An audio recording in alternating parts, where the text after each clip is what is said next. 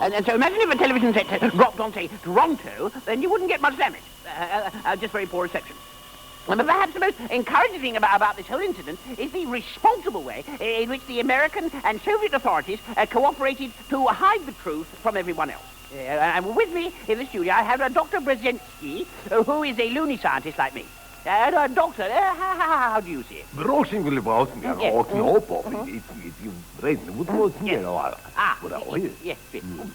Well, there you have the American point of view.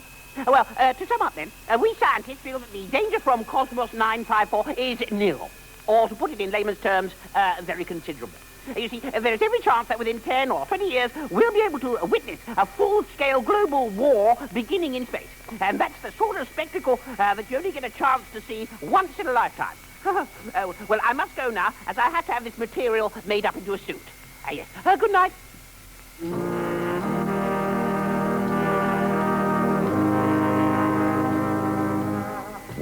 They used to call it the Montfort in the Charing Cross Hotel, a lovely Victorian restaurant where everyone dined so well. But now British Transport, bless them, have filled this old heart with glee. Oh, how can I curb my excitement? They're naming it after me.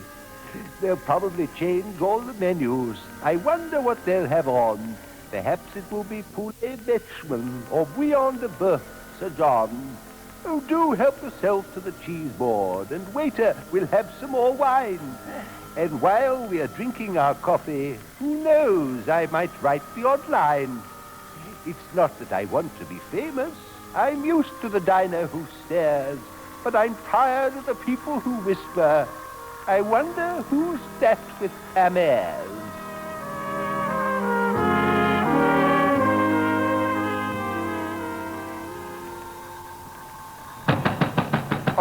All right.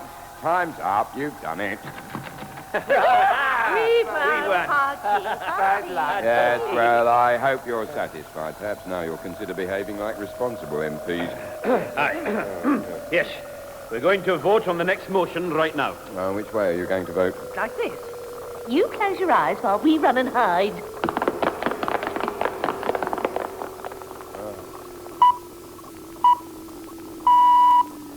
And now here is next week's news. The weekend. After last week's cabinet talks on the future of nuclear power reactors, the Friends of the Earth say that Britain needs a quieter, cheaper and less dangerous version of Wedgwood Ben. The juror whose behaviour caused an entire jury to be discharged denies allegation that he is an unreasonable man and adds that it was nonsensical of the half-witted geriatric judge to abandon the case. Monday. MPs asked for another experiment in broadcasting from Parliament, as after 2.5 years arguing about it, they have forgotten what the experiment was like. Michael Edwards, head of British Leyland, says he is pleased to see that management is now setting the workforce a fine example, and he hopes that as many workers as possible will follow their lead and give up their jobs. Tuesday. There is an encouraging development in the Middle East as Egyptian and Israeli ministers get round the table and agree on a preliminary, courteous and reciprocal exchange of missiles. Following the award of Newspaper of the Year to the Daily Telegraph, the editor says that next year he will try to publish it twice. Wednesday.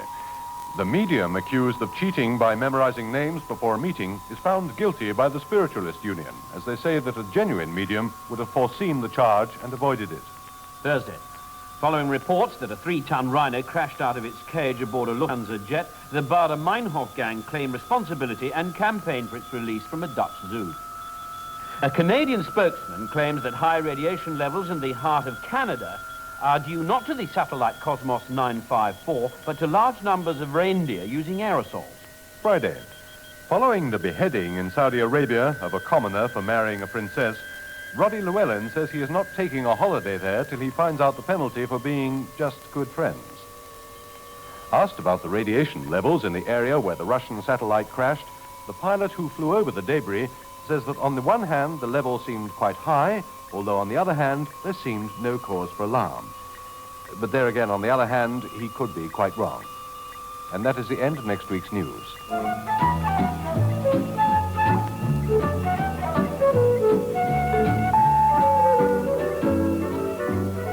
And that that is the end of this edition of Weekending, in which you heard the voices of David Jason, Bill Wallace, David Tate and Sheila Steeple, and the keyboards of Bill McGuffey. The script was written by Andy Hamilton and Barry Pilton, and further contributions from Roger Waddis, Richard Quick, Bob Kingdom, Arnold Brown, Noel Ellis, Ray Binns, Max Alcock, Patrick Moores-Taylor, and the producer, Griff Rhys-Jones.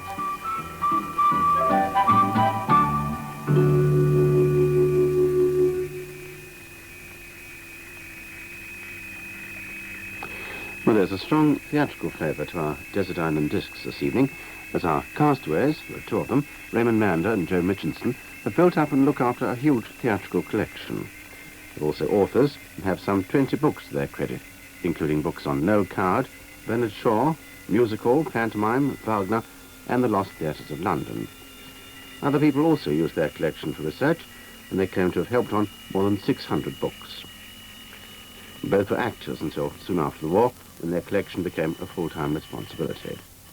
Well, Raymond Mander and Joe Mitchinson will be talking to Roy Plumley and choosing collectively their 8 gramophone records in Desert Island Discs after the news at 6:15.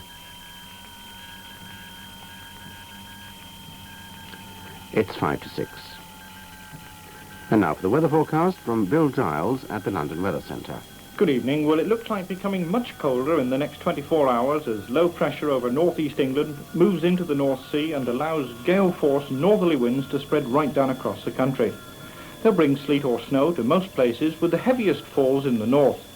In fact, over Scotland and Northern Ireland, some heavy falls of snow tonight over the hills, with rain in southeast Scotland turning to snow later on. Tomorrow, further snow in eastern Scotland, brighter in the west and in Northern Ireland, though, with snow showers, but everywhere very cold with severe northerly gales. Over Wales, rain turning to sleet or snow this evening with gale-force northerly winds, brighter tomorrow with wintry showers, but still cold and windy. Now for England, and firstly the northeast, as far south as Lincolnshire and Nottinghamshire. Rain turning to sleet and snow, especially over the hills, and temperatures falling to about 2 centigrade, 36 Fahrenheit.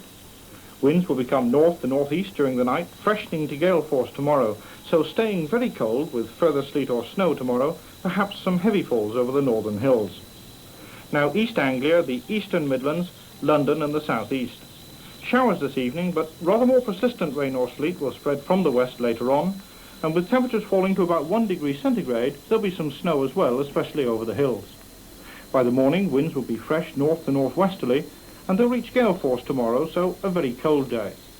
It'll be cloudy for much of the time with rain or snow, the snow mainly over the hills, but it may become brighter in the southeast by late afternoon. Now the western Midlands and all southern counties west of London across towards Devon and Cornwall. Showers this evening with rather more persistent rain or sleet spreading from the southwest and turning to snow over the hills. A cold night, temperatures near freezing away from the west coast, and it'll become very windy with severe north to northwesterly gales. Tomorrow, a fairly bright day in the southwest with blustery sleet and snow showers, and this somewhat brighter weather will gradually edge into the Midlands and along the south coast during the day, but it'll stay very cold and showery with strong northerly winds. Finally, northwest England, rain turning to snow even on low ground tonight with some heavy falls over the hills, and a very cold and windy night with severe northerly gales. Tomorrow, brighter than today with snow showers, but still very cold and windy. In fact, everywhere tomorrow there'll be very blustery northerly winds with temperatures around 4 centigrade, 39 Fahrenheit. The outlook for Monday and Tuesday, sunny intervals and wintry showers at first, some rain or snow moving southeast to most places on Tuesday. Still cold and frosty at night. And that's the end of the forecast. It was Bill Giles. The guests in tonight's Stop the Week are Anne Leslie, Dr. Dick Richards, Professor Laurie Taylor and Milton Schumann. And they'll be helping Robert Robinson examine what, if any, psychological impact the National Health Council's Look After Yourself campaign has had on them. Instant Sunshine will still be along to help with the music, and Stop the Week begins at 7:10. It's followed at 7:30 by These You Have Loved, introduced by Christopher Greer. In The American, our Saturday night theatre play, Henry James set his story in the Paris of 1826 and deliberately introduced a seemingly uneducated barbarian in the person of a rich American businessman into that highly civilized society. The inevitable clash of these cultures manifests itself in the love that the American, Christopher Newman, begins to feel for Claire, Comtesse de Sintra. Mr. Newman, I don't think you understand. Oh, your brother told me my background will be against me, that your family has a social standing so high that I can't be taken as coming up to it, but I don't believe you really care anything about that. You'll decide for yourself whether you like me or not. I honestly believe you'll learn to love me. Because I'm kind. Oh, and apart from that, which is the main thing, I've a very large fortune. Everything that money can give you, well, you shall have it. There. I've said what I had on my heart. You do me great honor, Mr. Newman. But I've decided not to marry again. Can Newman's wealth persuade Claire otherwise and overcome the family opposition? The American, tonight's play, starring Alec McCowan and Anna Massey, will reveal the outcome. It begins in Saturday Night Theatre at 8:30.